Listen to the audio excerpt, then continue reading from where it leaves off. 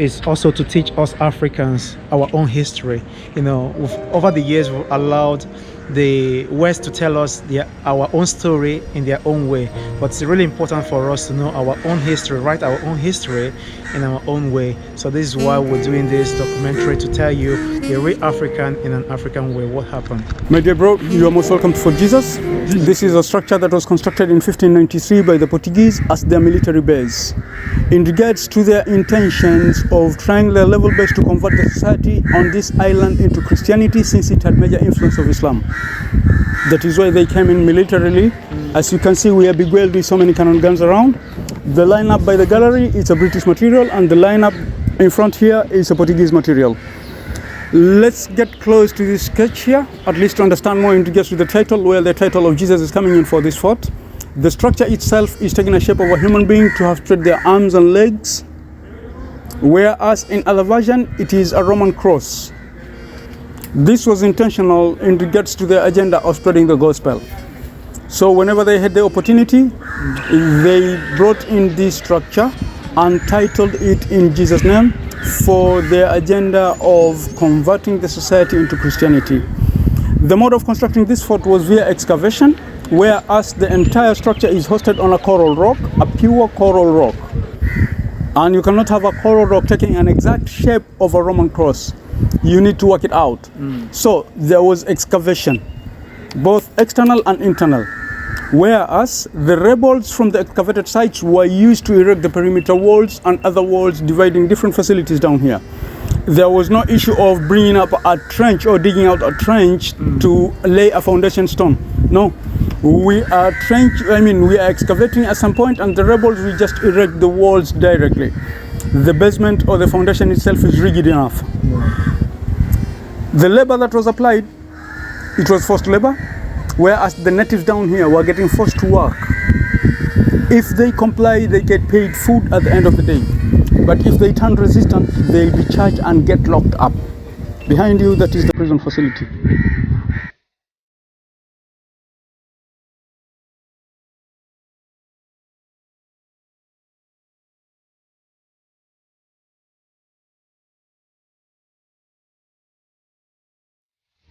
Okay, there is another version that is telling us, when they were constructing this fort, they imported Indians from India.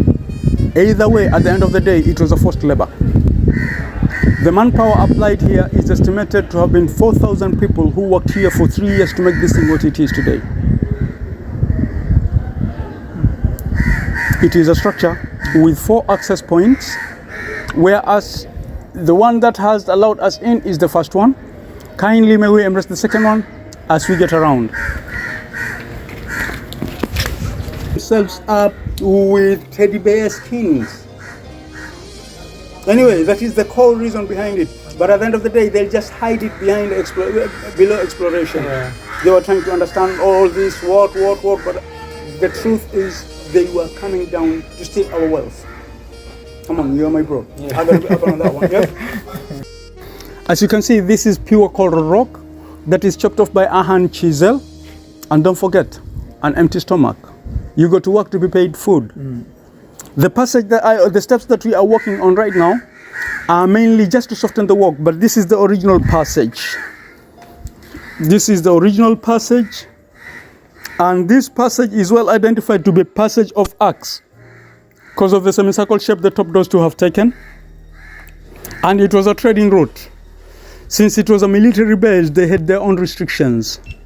So this was specifically a trading route, whereas whatever was classified to be an item of trade in their time and in their terms, it would never access in or out of this facility from any other angle apart from this one here. In that regard, they found it very much ideal to have the 2-roomed cave there. And before we get to the cave, let me just highlight on the few items of trade that were in practice. Talking about ivory, talking about rhino's horn, talking about minerals, gold, silver, talking about spices, talking about canine and clothes of the cat family. All these were part of the items in trade. Now, bro, come in. Welcome to the cave.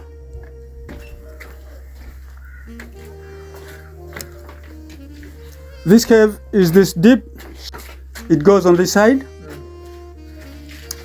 and as well on this side here, it's this much.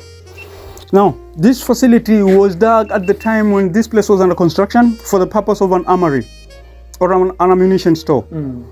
Mark you, for the 105 years the Portuguese dominated Mombasa, this was their armory, the main armory.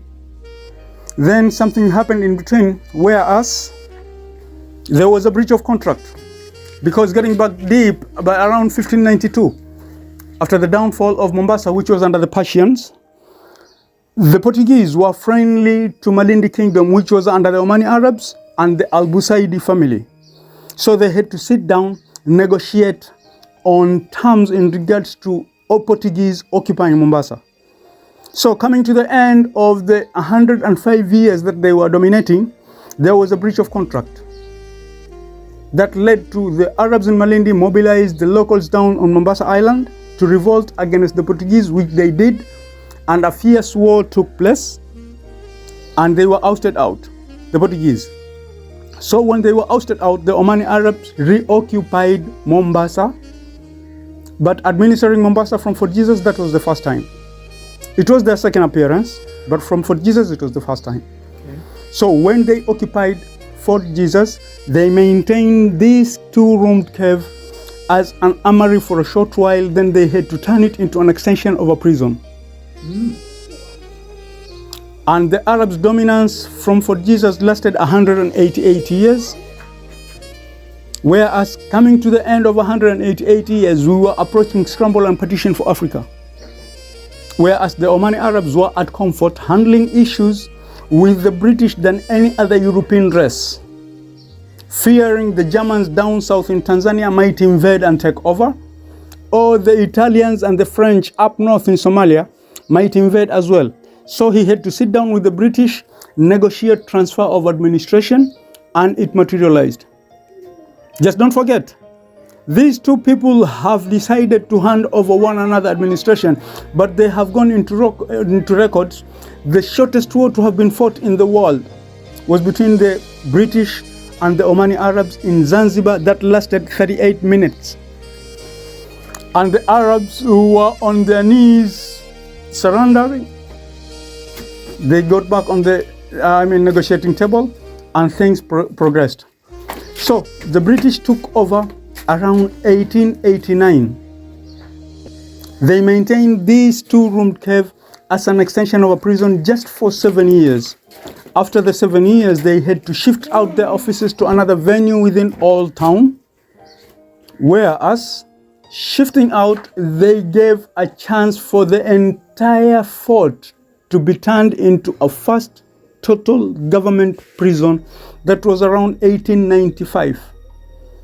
Until 1958, when a new prison was constructed, inmates were transferred from here to the new prison.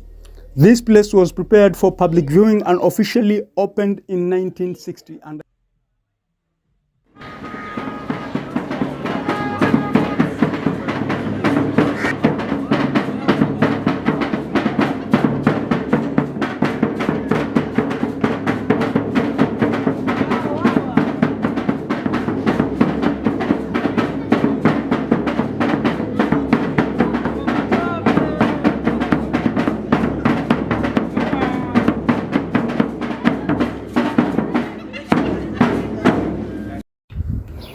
We are now embracing the right arm, whereas by a window there are some drawings just telling us about some landmarks of Mombasa. This bridge was a floating bridge that was replaced by the current serving bridge. And the bridge on the island is connecting the northern mainland to the island. Here we are talking about an Asian merchant. It's all about commerce. We are talking about a Swahili woman. This is all about our culture. That is the famous William Mackinnon Market. Some of us call it Spice Market. And the Swahilis down here call it Markiti. What we have here is a scenery of an open air market within the island. They've just chosen Madafu or young coconut for the identity of the island. Down it, we are having introduction of the railway system and the judiciary. And here we are having the elephant tusks, which were launched officially in 1957 by the late Princess Margaret, sister to Queen Elizabeth, in the campaigns of anti-poaching. As you can see, the shape of the structure, if you look at it carefully, is resembling an M. So when you identify the shape, don't rush to call it Mombasa. It signifies as Margaret. Down the next window, the drawings are refreshing us in regards to the bitter, thorny times of slavery, as you can see. Talking again about commerce, and that is culture. These are Mijikenda women. These are the Bantus who are dominating the coastline. These are Mijikenda girls. And these are the people who used to tour around with the Portuguese missionaries. The entire structure, this entire structure, was a hospital ward. The entire structure, the way you see it, was a hospital ward when this place was operational under the Portuguese. But as of now, it's turned into part of the offices. We are now on the extreme right. This is the right arm. Okay. And this is the article that drives us this far. This used to be the courtroom. It was of palm leaves thatch. In Kiswahili, we call them makuti. Whereas, whenever you are found on the offensive, you'll be brought here, get charged, and the charges will read your fate. Furniture will be brought in whenever there is a session. If there is no session, the furniture is removed, stored somewhere else.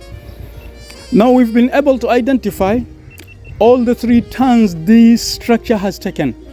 As a military base initially, then more of a castle of a sultan or a king under the Omani Arabs, then a prison at the time of the British. So all these turns needed tight security and good surveillance. So the openings that we have around here are not only about shooting holes, neither ventilation. They were also a contribution in the surveillance. But the main article in that sphere is the watchtower, whereas there are 8 watchtowers around, 4 facing the sea and 4 facing the island. Now here we go. At this particular point, we come to understand more in regards to why the Portuguese chose this particular point for the fort. Looking at this channel, which I've just been repeating, the Tudor channel, which is flowing left, passing ahead of the fort, in front of the fort. And if you look deep in the waters, where we have the vessels, that is a different channel that is flowing down, calling Likoni channel, that is facilitating the ferry. The ferry is connecting the southern mainland to the island. The bridge is connecting the northern mainland to the island. So these 2 bridges go around to make the island of Mombasa. And at the time of history, primarily the means of transport was sea, so no one could access Mombasa without passing through these 2 points. That is why they had this fort out by the entrance. The tree here is part of the palm tree family, well known to be cycad tree. And from the flora experts tell us this species is one of the long-living trees in the world, whereas the particular tree before our eyes is estimated to be around 135 years old, but the species has lasted 2 million centuries so far. Welcome to the kitchen. This used to be the kitchen, but kindly strip off the tiles, the timber work. We've not been that smart to invert electric energy. I want you to visualize this from its original skeleton, the fireplace, the chimneys, and a floor without tiles. Strip off all the glass here. These are mainly Omani doors. Down here in East Africa, you might hear getting called Swahili door, Zanzibar door, Lamu door, but they are all referring to the Omani art. The pioneers of this art are Omani Arabs. I mean, it's one of the expensive timber work so far. And for a good work and a lasting material, you need to be choosy on the material to work on. Now, we are now in the prison facility. This is the first prison facility to have had so far. And these drawings that are preserved down here were done by the Portuguese soldiers and sailors. Mainly, they were done on a wall by scrolling the wall, and all what they were doing is trying to memorize or preserve whatever sensitive information they had, so as not to forget.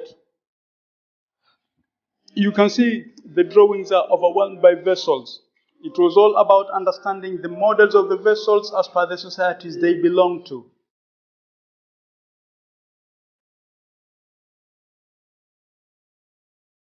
We are now checking out on the fourth access point, whereas it was mainly a secret passage, and they used to access this point by breaking a wall, whereas they used to have a heavy material here permanently and a rope. After breaking the wall, they would tie the rope between these two holes and swing as they escape, because the outer ground level is lower by around 8 to 10 meters from where we are. So you need at least something to make a soft landing. It has happened not less than 5 times at the time of the Portuguese occupation. For the 105 years they were here, life was not smooth, neither simple as the way we might assume. Things were seriously tense for the Portuguese, though they survived a century and 5 years. Welcome to the gallery. This is our gallery, which is hosting artifacts dating back as far as the 9th century, telling us more in regards to those who were not well highlighted in our histories, but from their articles we will find their presence. The word Mombasa was given by a Moroccan scholar. We call him Ibn Battuta. When he was passing by towards Zanzibar and Kilwa, he passed by Mombasa and he seriously admired this point and called it Manbasa. That is Manbas. That's an Arabic term, calling it an island of rock.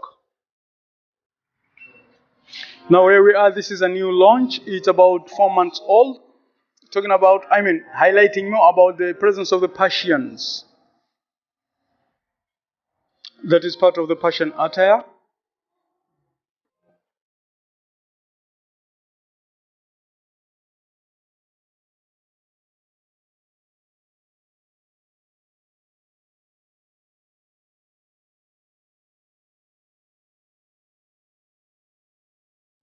Hello, Edwanda here.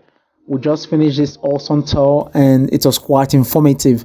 My advice to every young African out there is visit historical sites, immerse yourself in African history, and learn how to tell your story your own way.